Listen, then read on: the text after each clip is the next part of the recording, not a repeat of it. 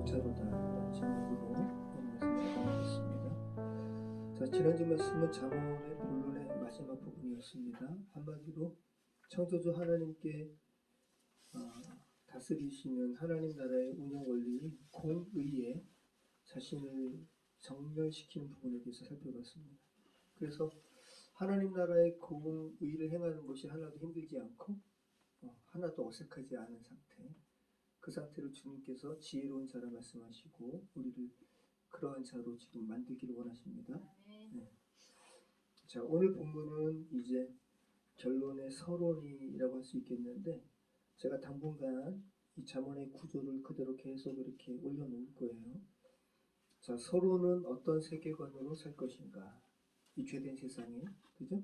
두 번째는 너가 하나님을 경외하는 세계관으로 너가 살기로 결정했다면 그 세계관이 너를 어떤 존재로 만드는가. 그래서 하나님 앞에서 한 존재의 성숙과 그 한 존재가 어떠한 존재로 지금 서 있는지를 검증하고 성숙하는 부분에 대해서 본론이었고요. 이제 결론입니다. 그렇게 하나님을 경외하고 하나님을 경외하는 세계관으로 이렇게 존재됨이 주 앞에 서 있는데, 정말 그렇게 하나님 앞에 성숙한 존재로 서 있는 너에게 하나님은 무엇을 맡기시는가에 대한 부분이 잠언의 결론 부분인데 오늘 그 서론입니다. 자, 그래서 이제 잠언은 더 이상 새로운 주제를 시작하지 않아요. 그 대신 이렇게 말합니다.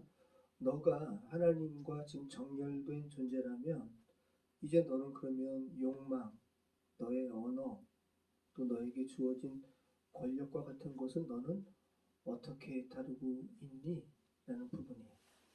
더 이상 이제 너 이제 경건해져라 라는 부분이 아니라, 너가 이제 하나님과 정멸된 존재라면 나는 너에게 그러면 무엇을 맡길 수 있을까? 라는 부분이라는 거예요. 자, 우리 정춘혜 집사님께서 정말 그 수빈이 통해서 이제 저희 교회에서 예배 드리시고 정말 믿음으로 이렇게 성숙해지시면서 이것이 이제 저희 개인적인 것뿐만 아니라 강북 지방의 공동체에서도 여성교회에서도 뭔가 이렇게 맡길 수 있을 까 생각을 하신 거죠. 그래서 이제 생각도 하시고 추천도 하시고 그렇게 되신 거죠. 각자에게 무엇을 맡긴다는 것은 그만큼 어떠한 분량이 채워졌다는 거잖아요. 그 부분에 대해서 한번 생각해 보자는 거죠. 제가 목회자로서 이렇게 토교장이 집 교회에 담임을 맡고는 있지만 주님께서 저에게 계속 말씀하시는 거죠. 그래? 그럼 내가 너에게 무엇을 맡길 수 있을까? 우리 각자에게 말이죠. 우리 재훈이에게, 재현이에게, 우리 수빈이에게 하나님의 자녀로서 어느 정도 성숙을 이루었다면 하나님께서 말씀하시는 거예요. 그래? 너 이렇게 성장했니? 그럼 내가 너에게 무엇을 맡길 수 있을까? 이런 부분을 한번 생각해 보시라는 거죠. 그래서 오늘 본문은 4개의 위임과 관련된 구조로 되어 있어요. 위임, 맡기시는 거죠. 첫 번째는 야, 너 하나님과 그렇게 연결된 존재라면, 정렬된 존재라면 너 욕망을 너는 어떻게 관리하고 있니? 개인적인 부분이죠. 그 다음에 나와 너와의 관계 속에서 너는 너의 언어와 그 관계를 어떻게 책임지고 있니? 이 위임이에요. 그 다음에는 권력과 공동체에 대한 부분으로 확장됩니다. 21장 24절에서 29절까지의 내용이죠.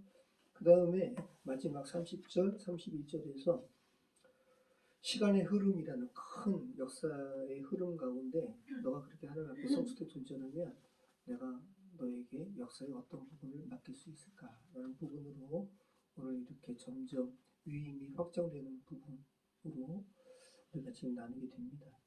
먼저 욕망과 관련된 부분입니다. 우리 한번 17절로 21절 말씀 있습니다. 연락을 좋아하는 자는 가난하게 되고 술과 기름을 좋아하는 자는 부하게 되지 못하느니라. 악인은 의인의 속전이 되고 사악한 자는 정직한 자의 계시이 되느니라. 다투며 성내는 여인과 함께 사는 것보다 광야에서 사는 것이 나으니라. 지혜 있는 자의 집에는 귀한 보배와 기름이 있으나 미련한 자는 이것을 다 삼켜 버리느니라. 공의와 인자를 따라 구하는 자는 생명과 공의를 얻느니라. 아멘. 자, 이제 너의 욕망을 너는 어떻게 하는 존재니라는 거죠. 연락을 좋아하는 자는 가난하게 되고, 여기서 이 연락으로 번역된 단어가 심하라는 단어인데 단순한 기쁨이 아니라 감각적인 쾌락이에요. 그래서 잠언의 결론부의 첫 질문은 이거예요. 야, 너는 이제 너의 욕망이 너를 다스리지 않는 자로 넌 성숙해졌니? 라는 거죠. 이제 너의 주인이 너의 욕망이라는 감정이 너를 지배하는 존재가 이제는 되지 않도록 너는 성숙해졌니? 라는 거예요. 네. 자, 21장 18절은 악인은 의인의 속전이 되고 사악한 자는 정직한 자의 대신이 되느니라 라는 말이 있잖아요. 이게 무슨 의미예요? 한마디로 악인이 자기 구렁텅이, 의인을 빠뜨리려고 구렁텅이를 팠는데 자신이 빠진다는 소리예요. 네. 그 하만이, 그죠? 못 들이게 잡아내려고 그렇게 여러 가지 계략을 꾸몄지만 그 장대에 자기가 매달렸잖아요. 그 부분이에요. 그래서 그러면 왜 이 말이 왜 잠언의 결론부에 있을까? 하나님께서 말씀하시는 거예요. 왜 이 구절이 하나님께서 어떤 경건한 자를 위임하는 이 위임의 부분에 왜 이 구절이 있을까? 우리는 자칫 가끔 그래요, 그죠?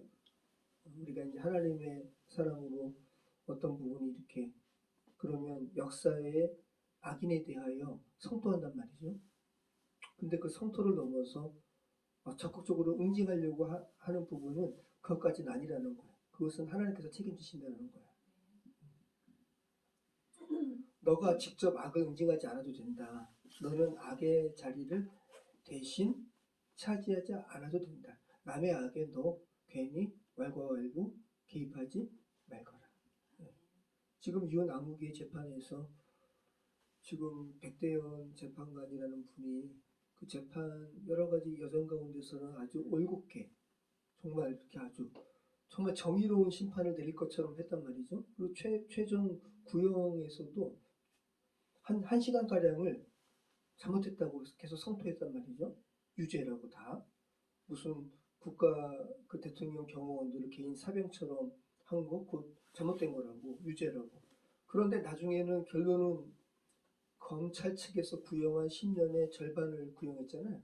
절반을 선고해서 5년으로. 그 이유가 뭐냐 하면 초범이라고. 근데 대통령의 이 잘못은 다시 되풀이할 수가 있어요? 되풀이할 수 없는 거예요. 이거는 초범이라는 잣대를 들이댈 제목이 아니란 말이죠. 그러니까 좀 말도 안 되는 궤변 가운데 우리는 살아가는데 그래도 결국은 하나님의 어떠한 섭리 가운데 그죠? 네, 악은 괴멸될 거라고요. 이런 부분에 대해서 너 그 정도 이상으로 그렇게 분노하지 않아도 된다. 이런 부분이에요. 자, 19절 말씀이 좀 독특하죠. 다투며 성내는 여인과 함께 사는 것보다 광야에서 사는 것이 나으니라. 하나님께서는 우리로 하여금 감정보다는 존재에 초점을 맞추기를 원해요. 네. 자, 여인이라는 것은 이 아내인데 아내를 이야기하는 거거든요. 아내보다 더 가까운 관계가 어디 있어요?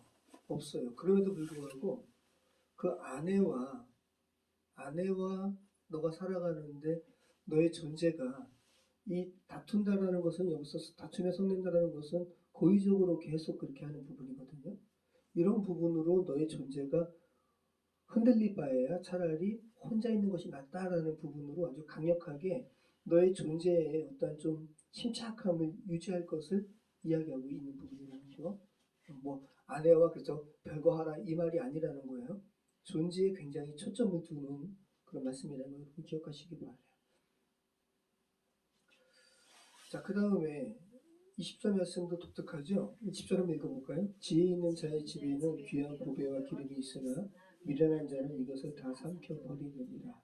네. 삼킨다라고 번역된 원 의미는 남김없이 소비하는 행위를 말해요. 남김없이 소비하는 거예요. 근데 지혜로운 자는 씨앗은 먹지 않잖아요. 그죠? 농부는. 자, 그러니까 지금 이것은 단순한 절약을 말하는 게 아니라 자본이 뭐 단순하게 절약 이런 부분 이야기하는 거겠어요? 절약을 말하는 게 아니라 시간을 견디라는 부분에 대한 부분입니다. 지금 시간을 너가 견디면 지금 시간을 기반으로 한 다음 시간이 너에게 올 거야 라는 부분이에요. 근데 지금 시간을 견디지 못하고 지금 시간을 아예 삭제시켜 버리면 지금 시간을 기반으로 한 다음 단계가 오지 못하죠. 그죠? 어떤 직장 갔는데 그 시간 견디지 못하는 거예요. 때려치고 또 때려치고 이런 부분 이야기하는 거예요. 어리석은 자는 그러는데 지혜로운 자는 어떤 시간을 견디는 자라는 거죠. 아예 남김없이 다 소비시키지 않는다. 그 부분 이야기하고 있습니다. 자, 그 다음에 두 번째로는 이제 말과 관계 책임 부분입니다. 우리 21절 한번 읽어볼까요? 공의와 인자를 따라 구하는 자는 생명과 공의와 영광을 얻느니라. 그 다음에 지혜로운 자는 용사의 성에 올라가서 그 성이 의지하는 방벽을 허느니라. 입과 혀를 지키는 자는 자기의 영혼을 환난에서 보전하느니라. 네, 그 특별히 23절 말씀이 자신을 넘어선 부분이잖아요. 입과 혀를 함부로 하게 되면 자신과 함께하는 관계성을 좀 해치는 부분이니까. 근데 22절 말씀이 참 독특한 부분이 있습니다. 지혜로운 자는 용사의 성에 올라가서 그 성이 의지하는 방벽을 허느니라. 이게 지금 어떤 부분을 이야기하는 것 같아요? 우리 재훈지가 한번 봐봐. 지혜로운 자는 용사의 성에 올라가서 그 성이 의지하는 방벽을 험대. 지혜로운 자는 힘으로 성벽을 허무는 게 아니라 그 성벽에 올라가서 그 성벽이 의지하는 어떤 되게 중요한 구조물을 한다라는 거죠. 지혜로운 자는. 그래서 지혜로운 자는 외견상의 어떤 부분에 휘둘리지 않고 핵심을 본다는 거예요. 어떤 일의 구조를 본다는 거예요. 우리가 자신에게 있어서 반복되는 어떤 인생에 되풀이되는 어떤 어려움들이 있잖아요. 그 표면적인 어떠한 연약함들이 있어요. 어떤 순간이 되면 반복해서 튀어나오는 부분들, 이것을 하나님께서는 그 이면에 왜 그런지 구조를 좀 파악하기를 원하신다는 거죠. 여러분 각자에게 한번 이렇게 적용을 한번 해보시기 바래요. 제 이야기를 한다면 저도 삶에 반복되는 어떤 연약함이 있어요. 그것은 가만 보면 저의 감정처리예요. 그러니까 이거는 구조로 좀 생각을 해야 된다는 거죠.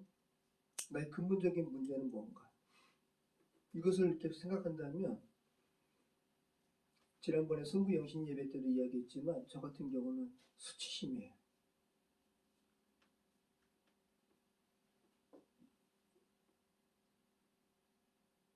머리가 이렇게 빠져서 다른 사람들이 나를 원숭이 동물원 원숭이처럼 바라보는 그 상황이 3년 동안 있었단 말이죠. 그래서 여러분들은 제가 이야기하니까 그냥 그런가 보다 하지만 이거는 저의 아주 그냥 뿌리 깊게 이렇게 내재된 거예요. 여러분 3, 4, 5학년 이 아이가 드르륵 문을 열면 그때 저희 한 반에 60명, 제가 중학생 됐을 때 이제 70명이었으니까 65명을 했거든요. 걸상 속에 제가 이렇게 들어가요.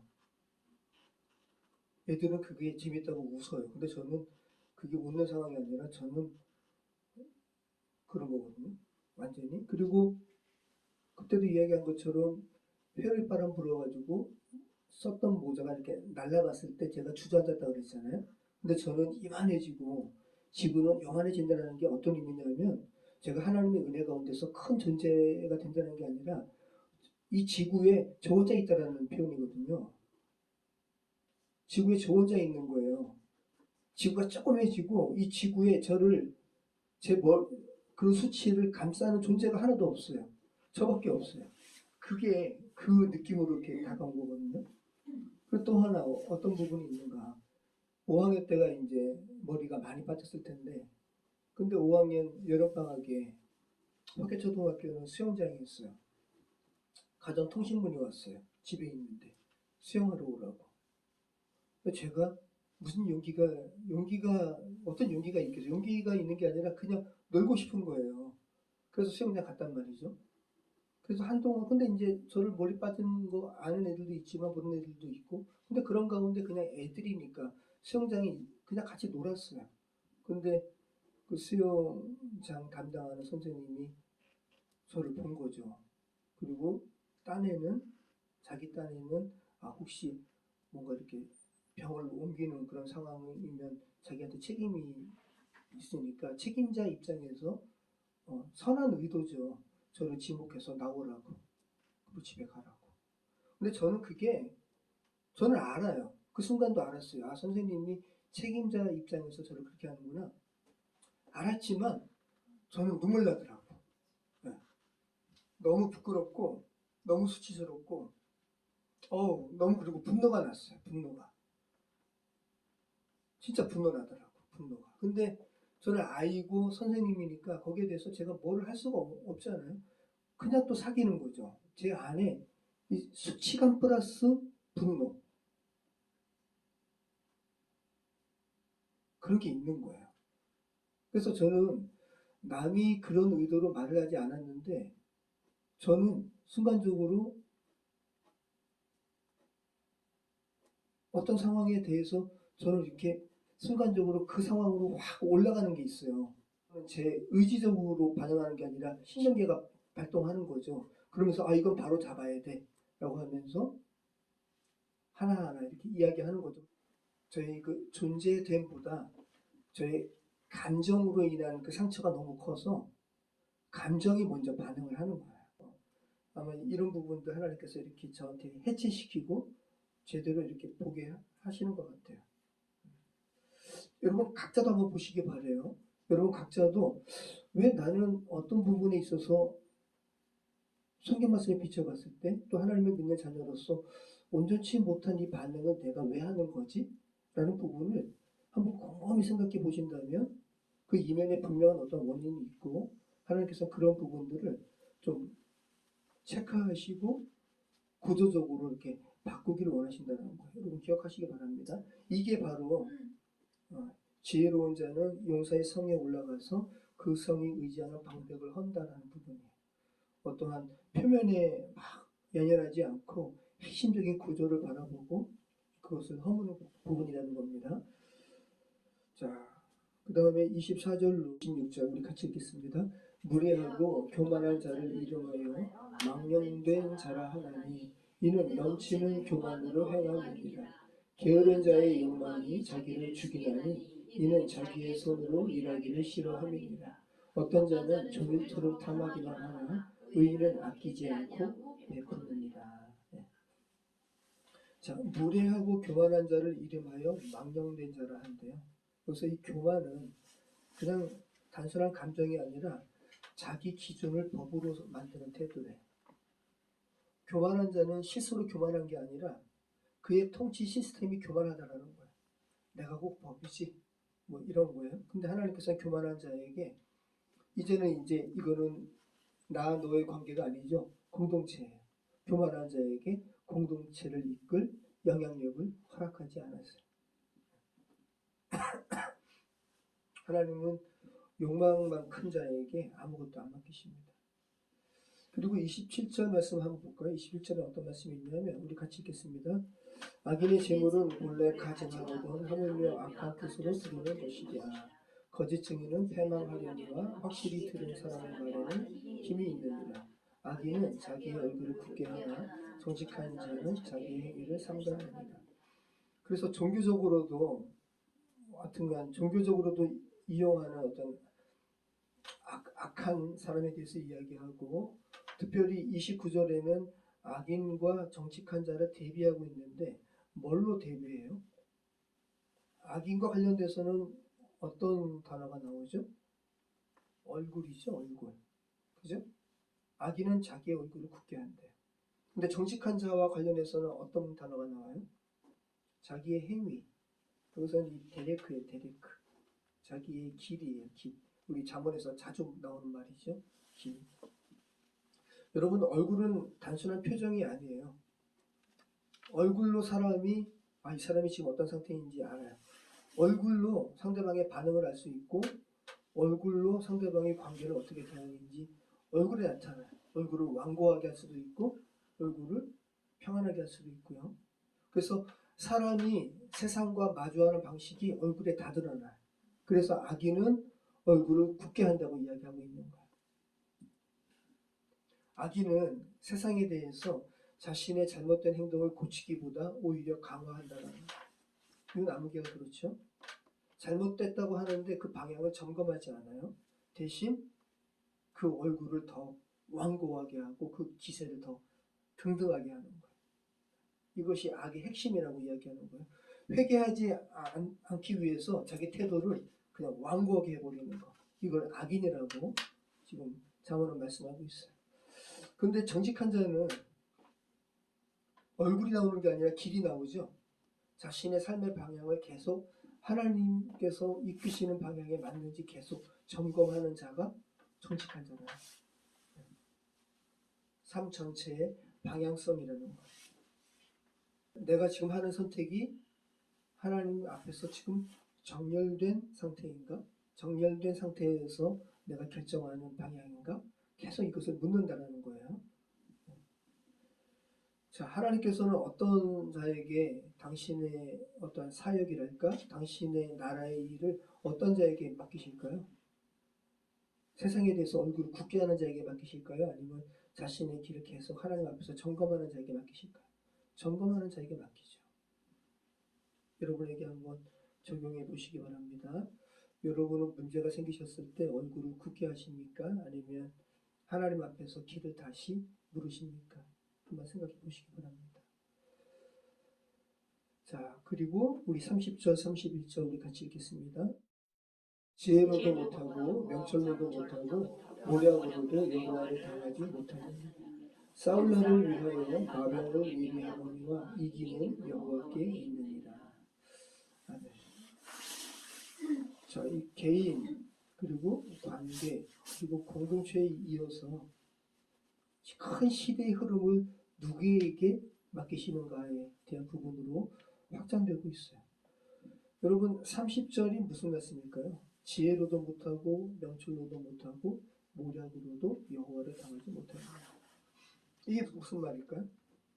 여호와 앞에서 지혜도 아무것도 아니고 명철도 아무것도 아니고 모략도 아무것도 아니라고 아니죠.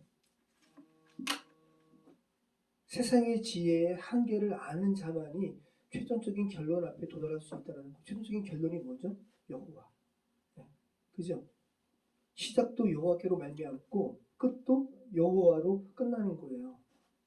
그러니까 인간은 하나님께서 끝이 아니라고 하시면 끝이 아닌 거죠. 그러니까 하나님께 시작과 끝이 있다라는 거예요. 그래서 인간은 자신이 할 수 있는 것은 최선을 다해야 된다는 거죠. 최선을 다해야 돼요. 그런데 일의 성패는 누구에게 있다고요? 여호와께 있다. 사울나를 위하여 마병을 예비하는 것은 인간이 할 일이에요. 그죠? 하나님께서 승패를 하나님께서 주관하신다고 해가지고 그럼 내가 준비 안 해도 하나님께서 승리케 하실 거야 라고 해서 준비 안 하는 건 말이 안 된다는 거죠. 인간은 자기가 할 거는 최선을 다해야 돼. 그런데 거기에 대한 성패는 여호와께 있다. 하나님의 주권을 인정하는 자에게 하나님께서는 역사의 어떤 한 흐름을 그에게 위임하신다고요. 그 부분 생각하시기 바라요. 자, 오늘 본문은 결국 어떤 존재가 하나님께로부터 개인과 또 어떠한 나 너의 관계, 또 공동체, 또 역사의 한 흐름을 위임받는가 하는 내용이었어요. 포커스는 뭐라고요? 존재예요, 존재. 어떤 존재? 하나님을 경외하는 존재. 너는 그러한 존재로 지금 서 있니? 라는 거예요, 지금. 하나님께서 내가 너에게 이러한 것을 위임할 만한 존재로 지금 서 있니? 내가 이런 존재로, 내가 이런 것을 너에게 위임하기 위해서 너가 나는 좀 이런 부분을 좀 해결받았으면 좋겠어 라는 부분에 대하여 정직하게 하나님 앞에 나아가고 있니? 이 부분에 대하여 얼굴을 굳게 하지 않고 점검하고 있는 존재니? 라고 지금 묻고 계시다는 거예요. 지난주에 저희 여기 토기장이 집에서 드라마 찍었어요. 드라마. 눈물, 여기 등장인물이 4명이었는데 다 울었어요. 드라마를 찍었어. 저기 어떤 센터에서 저희 수업을 왔는데 한 초등학교 3학년 정도 되는 아이들이었는데 너무 사랑스럽고 그중에서 한 아이가 너무 예쁜 거예요. 얼굴도 호빵처럼 통통하고 막 튀어나올 것 같아. 순수하고. 근데 그 다음날 이제 그 센터의 복지사님한테 전화가 왔어요. 제가 말한 그 아이가 자기 자리 뒤에 토끼 모양으로 이렇게 펜던트 같이 이렇게 조그맣게 납작하게 만든 게 있는데 이거를 이 아이가 경물생심이라고 너무 이렇게 갖고 싶었는지 이거를 이렇게 가져갔다라는 거예요. 그리고 그 다음날 복지사님한테 말을 했어요. 하루 동안 얼마나 애가 마음이 콩닥콩닥했을까요, 그죠? 그러면서 복지사님이 죄송하다고 자기가 잘 관리했어야 되는데 그렇게 못했다고. 그래서 아이 엄마가 어이구 그거 자기가 어떤 건 줄 안다고. 저도 알아요 어떤 건지. 그거 고등학생인지 중학생 언니 오빠들이 여기 수업 왔다가 원래 접시면 접시만 해야 되는데 흙 조금 남은 걸로 이렇게 만들어 놓은 거를 저희가 그거 만들었다고 해서 부가적인 거 다 거주면 이게 이제 한도 끝도 없잖아요. 그래서 이제 그런 건 저희가 거주지 않거든요. 굽긴 굽더라도 이렇게 같이 주진 않아요. 그래서 그건 있어도 되고 없어도 되고 그런 거죠. 저희 입장에서는 이미 걔가 만든 접시는 가져갔고 그거 이제 저희 아이 엄마가 알죠. 그거 괜찮아요. 사실은 이러이러한 상황이라서 있어도 되고 없어도 되는 상황이라고. 근데 그 아이가 그렇게 마음이 콩닥콩닥한 상태에서 정직하게 복지사님한테 이야기했으니까 얼마나 대견하냐고 그게 잘 이렇게 말씀하셔도 된다고 그냥 괜찮다고 그렇게 끝났는데 저도 이제 옆에서 다 들은 거죠. 그런데 복지사님이 그 아이를 데리고 온 거예요. 근데 저는 그 아이가 너무 이쁜 거예요. 제가 수업했거든요. 이쪽에서. 그래가지고 걔를 보면서 아이고 저는 걔만 봤어요. 너무 귀여워가지고. 근데 걔가 이미 얼굴이 감정이 그걸로 인해서 콘딱콘딱하고 잘못한 거잖아요. 그러니까 얘가 눈을 저한테 못 마주치고 푹 숙이고. 근데 이제 이렇게 왔죠. 저희 아이 엄마도 눈 동그래지면서 왜 왔어? 그러다가 이제 이렇게 꼭 안아주고 괜찮다고 용기 내줘서 고맙다고. 그랬더니 옆에 있는 복지사님도 울고 저도 울고 걔도 울고 드라마를 찍어요. 드라마를. 그래서 이제 야 너가 이렇게 하루 동안 이렇게 마음이 콩닥콩닥한 상태에서 근데 정직하게 이거 복지사님한테 이야기하고 이렇게 용기 내어줘서 고맙다고 아이 엄마가. 그리고 저도 너무 이쁘잖아요. 그래서 아이 엄마가 그 토끼 이거 사실은 이러이러한 거니까 내가 너 줘도 돼 라고 하면서 다시 주고. 저도 이제 그것만 주면 또 안 될 것 같아서 하나 더 아이 엄마가 제가 만든 것도 아니에요. 아이 엄마가 만든 조그만 그 독일치 그것도 하나 더 주고. 근데 제가 그걸 보면서 제가 그 아이를 바라본 행동에 대해서 제가 생각을 하게 된 거예요. 저는 걔의 행위도 그렇고 걔 감정을 그걸로 인해서 걔 감정이 콩닥콩닥하고 이런 걸로 인해서 애가 좀 야무지네, 애가 조금 왜 그런 생각을 했을까 뭐 이런 게 아니라 저는 걔만 봤어요. 너무 이쁜 거예요. 귀엽고 존재가 먼저라는 거예요. 감정이 존재를 대체할 수 없다는 거. 그래서 제가 오늘 너는 행복자로다라는 제목으로 설교 제목 삼았잖아요. 이거 신명기 33장 29절 말씀이에요. 우리 같이 한번 읽어보겠습니다. 이거 보세요. 같이 읽겠습니다. 이스라엘이여 너는 행복한 사람이로다. 여호와의 구원을 너같이 얻은 백성이 누구냐. 그는 너를 돕는 방패시요 내 영광의 칼이시로다. 내 대적이 내게 복종하리니 내가 그들의 높은 곳을 밟으리로다. 이게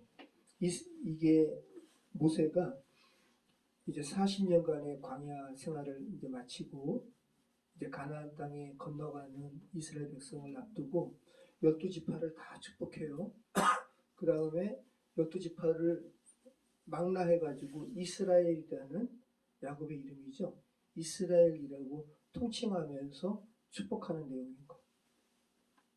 이 문장에는 여러분 조건이 없어요. 이스라엘이 모세의 입을 통해서 하나님께 너는 행복한 자로다라는 칭찬을 들을 만한 행위를 한 게 없어요. 책만 받아도 마땅한 행위를 했거든요. 하나님의 약속의 말씀을 부정해서 40년간 돌고 돌다가 손주는 다 죽고 그 자손만 치는 남은 상태란 말이죠. 이 문장에는 조건이 없어요. 너가 뭐 잘했기 때문에 없어요. 너가 율법을 잘 지켰기 때문에 이거 없어요. 너는 이제 앞으로 가나안 땅에 들어가게 될 것이기 때문에 너는 행복한 자로다라는 이 조건절이 하나도 없단 말이죠. 그냥 무조건 너는 행복한 자로다. 이유는요, 하나님의 자녀이기 때문에. 아직 가나안 땅을 차지하기도 전이고, 그죠? 가나안 땅을 차지하기 위한 전쟁을 치르기도 전이고, 또 미래도 불확실한 이 상태에서 왜 하나님께서는 미래의 결과를 기다리지 않고 이미 너는 행복한 자라고 왜 이렇게 말씀하실까요? 이미 존재 자체가 하나님의 자녀이기 때문에 너는 행복하다라는 거예요. 그 사실을 여러분 기억하시기 바라요. 여러분이 이 존재됨을 분명히 하는 게 최우선이라는 거예요. 그럴 때 하나님께서는 너는 행복한 자로다 라고 하나님의 자녀에 대한 정체성을 다시 한번 확인시키시는 겁니다. 기도하겠습니다. 참 좋으신 하나님 감사합니다. 우리가 뭐 잘해서가